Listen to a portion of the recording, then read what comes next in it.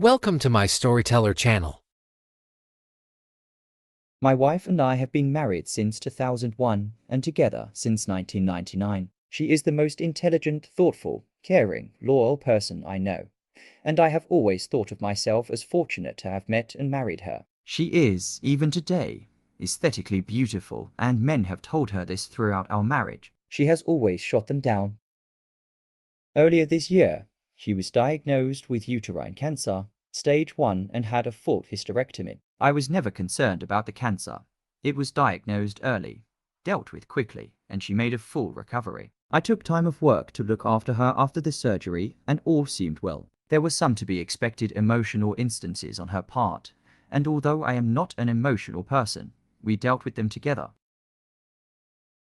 After her recovery, she was insistent that we start living life to the fullest and took a 10-day trip to Europe, followed by a trip to Belize. We also have a trip to the UK and Spain or Portugal later this year. I am fine with these things, building memories and crossing bucket list adventures of her or our list. I also understand that these are a result of feeling fragile on her part. She also took up yoga, swimming and healthy cooking classes. I was fully on board until last week. Last week, she came home from work and told me she wanted a hall pass, a one-time opportunity for her to have sex with someone else besides me. She said that since her cancer diagnosis, her outlook on life has changed, and she doesn't want to be handcuffed from doing things she wants to. She explained that there is this guy at her work that she has always had some attraction to. He is leaving the company, and she will never see him again, so this is the perfect opportunity to sleep with someone else. She said that I could say no, of course, but that she would be mad or disappointed at me for an indeterminate amount of time, and that it would be confirmation of my male toxicity and insecurity. I don't consider myself to be toxic, and if not wanting your wife of 20+ years to have sex with someone else is insecure, then I guess I am insecure. I told her that I appreciated her talking to me about this, but approval via coercion is not approval. I also said that I do not appreciate her language in describing my, as of yet, unknown reaction to this very large issue that could affect the rest of our marriage or life. I got up in the morning. She basically said that she was sorry for putting such a large decision solely on my shoulders, and that to help she was taking the decision away from me. She booked a hotel near where her co-workers are having a party send-off for this guy, and she would spend the night there with him and hoped that I would be here when she got back, that she would answer any questions I have about the night after it happened, but not before. She will not tell me who he is or anything about him, because she knows me too well, and that I will dwell and obsess over him, and that would make it too real for me, which is pretty accurate. Her POV is that the less I know the better, which contradicts the offer to tell me anything I want to know after it happened. I think she knows I won't want to know or ask anything, or she simply will not tell me. Part of me thinks, at least she has been honest with me. And she has been through a lot since finding out she had cancer, so maybe I should just let it happen. I certainly have no concept of what she went through, so I cannot dismiss how this affected her mental state or outlook on life. Part of me wants to put my foot down and say this is not going to happen and deal with those consequences when they happen. Her BFF called me callous for even suggesting that I wouldn't let it happen, because I have no idea what she went through. I find it hard to believe that she is okay with the possibility of throwing away 20+ years of marriage over some guy that she has had no relationship with outside of work, and that I should just call her bluff. Maybe she thinks similarly, that I won't throw away the marriage because of one encounter. I just don't know what to do. I empathize with her, and then an instant later I am angry with her. Part of me wants to know who this guy is. What does he look like? What has he got that is so enthralling for her? Is he just a safe option? Is he married? Does his wife know? Would I be a callous asshole for saying no? What can I do besides walking away? Update 1.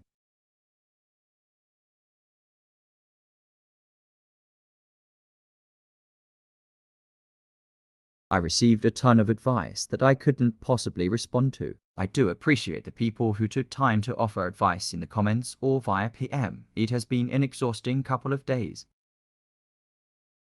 I was hoping that my opposition to her plans would give her pause. but unfortunately that did not happen. I said I am a hard no, and I am not sure how I will feel about you if you go ahead with it. I was met once again with, "This is for me. It will be one time. What can I say to help you deal with it? You will get over it. We were meant to be regardless of the situation." Remarks leading up to Saturday. She left Saturday, ostensibly to meet her co-workers, but in reality fuck the guy. I asked her to text me when she was leaving for the bar, and when she did, I asked her if she was really going to go through with this. After her response, "I am not answering any more questions tonight. I will see you tomorrow," I blocked my wife. Then I did something either stupid or brilliant. I went to the bar where the get-together was happening. Well, not the bar, but a transit bench across the street. I waited for a long time. It was running through my mind the leading up to this event, that I need to know who this guy was, maybe to compare myself against him, to see what he had that I do not. It was driving me crazy not knowing who he was, and what was so special about him that she would ruin a marriage for. After what seemed like eternity, a woman that I recognized from my wife's office left the bar and got in a cab. Soon other people started filing out, and a whole group came out and people were hugging a man and shaking his hand. I assumed that I had my guy. I didn't see my wife and had a brief thought that maybe she called it all off. I unblocked her, and there were no messages. Everyone said their goodbyes and left. Jude was standing outside for a few minutes, and then my wife came out. She looked around, took his hand, and started walking away together. Of all the emotions I went through, trepidation, sadness, anger, it was disgust that really encapsulated the event for me. This guy was short, fat, and bald, all the things I cannot compete with. Ultimately, I felt like a pervert for watching from a distance. I followed until they got to the hotel, and then turned around and went home. I woke up Sunday morning and put a lock on the master bedroom door. I moved her things to the spare room and left a note asking her to find other accommodations as quickly as possible. I visited another friend who is a lawyer, and he gave me some sage advice and a couple of recommendations for divorce attorneys and made the introductions. My wife had been calling me numerous times since around 11 or so. Once blocked the calls go to voicemail. I listened to the first couple, but felt nothing but some satisfaction when she couldn't get through to me, and she was obviously becoming concerned. I didn't want to go home, but I left in such a hurry that I didn't plan an overnight properly. I got home around 9, and as per my buddy's advice, I recorded the interaction. I was halfway up the stairs when she came up from the family room asking what was going on. Could we talk? I thought we talked about this. I just answered with, "I am not interested in discussing this tonight," and went to bed. After not getting a response from me through the door, she left me alone. I feel kind of like a child for not talking with her and shutting the door on her, but I just couldn't look at her. Monday, I got up and ready for work. She was waiting for me and asked if we could discuss getting back to normal. I said, "You have been doing all the talking for the both of us for the last week. Why don't you continue?" and left for work. I have an appointment with the attorneys my friend recommended for this week.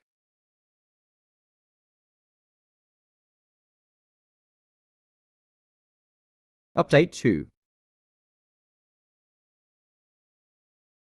My lawyer wasn't available for a few days, so I was faced with the reality of having to live with my wife in the interim. I really didn't want to go home and have any discussion, let alone a discussion about our relationship. When I did get home, I was basically ambushed by her friends and my mother-in-law. Instead of taking the remorseful approach, they decided that a full court press was what the situation warranted, and I was basically berated by them. The BFF was definitely the ringleader, but all of them decided to say such things as, "She's been through a lot. You don't know what she's been through. You have no idea what it is like to face something like this. This was a one-time thing. At least she told you she could have hidden it from you. She will never see the guy again. And my favorite, you are an asshole for what you have been putting her through these last couple of days." I listened with a dumber smirk on my face, and when there was a lull in their fury, I asked if they were all done now. Then I asked my wife if there was anyone in her circle of friends or anyone else that she forgot to tell about this. I quietly informed all of them that I was going to sit down with their husbands and tell them about how they verbally abusing me. shaming me and trying to coerce me into staying with a cheater. After I told them to leave, I said that I had no say in entire event, and so they have no say in whether I stay or not. My STBXW sort of apologized. She said that she regretted the entire thing. I said there is a difference between regret and remorse. You regret what happened because of the cause and effect. You have regret because your life will never be the same. Our relationship will never be the same because you were wholly and willfully unconcerned about me and what I wanted. She asked if I had any questions that she would answer them now, no matter how disturbing. I said that the one question I do have is why. Not necessarily why this guy. Why this low-end, unattractive, unfit guy. But why someone else in the first place? She said that the cancer scared her to her core. She felt like she was rushing toward mortality, and stepping out of that tunnel was appealing. She said that after all this time of being a wife and mother and worrying about family, this was something just for her. An escape. The guy was just someone who was interested in her for a long time. She knew wouldn't say no and was completely opposite to me. I said if I was going to risk my marriage, the woman would have to be a serious upgrade from you. I told her that I saw you and him coming out of the bar that night. I watched you walk away from the bar hand in hand towards the hotel. I said that you looked too familiar with each other and asked if there was something going on before all this. She said no, but who knows if that is the truth or not. I said that after all our years together, your lack of respect for me was astonishing. I finished by saying that I would never be able to look at myself in the mirror again if I condoned that level of disrespect and stayed with you. I said I hope we can go our separate ways amicably and that I have an appointment with a lawyer later in the week. I again asked her to find some other accommodation, and she simply said, I am not going anywhere. We are not getting a divorce. I will give you all the time you need and do whatever you need to recover from this. We will get past this. She has asked me to go to marriage counseling, which I refused. Why would I go to counseling? I did nothing to warrant needing a therapist's advice.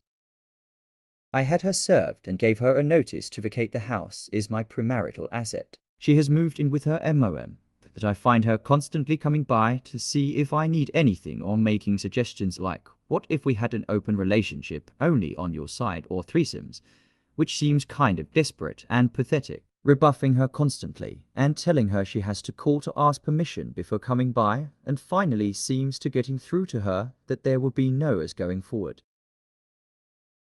She has said that she will drag the divorce out for as long as possible, but so far has been compliant. The worst part of all this is telling my daughter that we are getting a divorce and why, followed closely by her begging me to give her MOM another chance. I am not sure I would have been afforded the same consideration if I was the one who was cheating.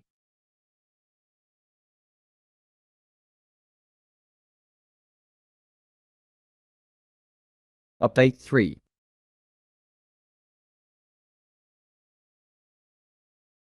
There is not much to report. We are in the process of getting a divorce. However, where we live, we must be legally separated for 1 year.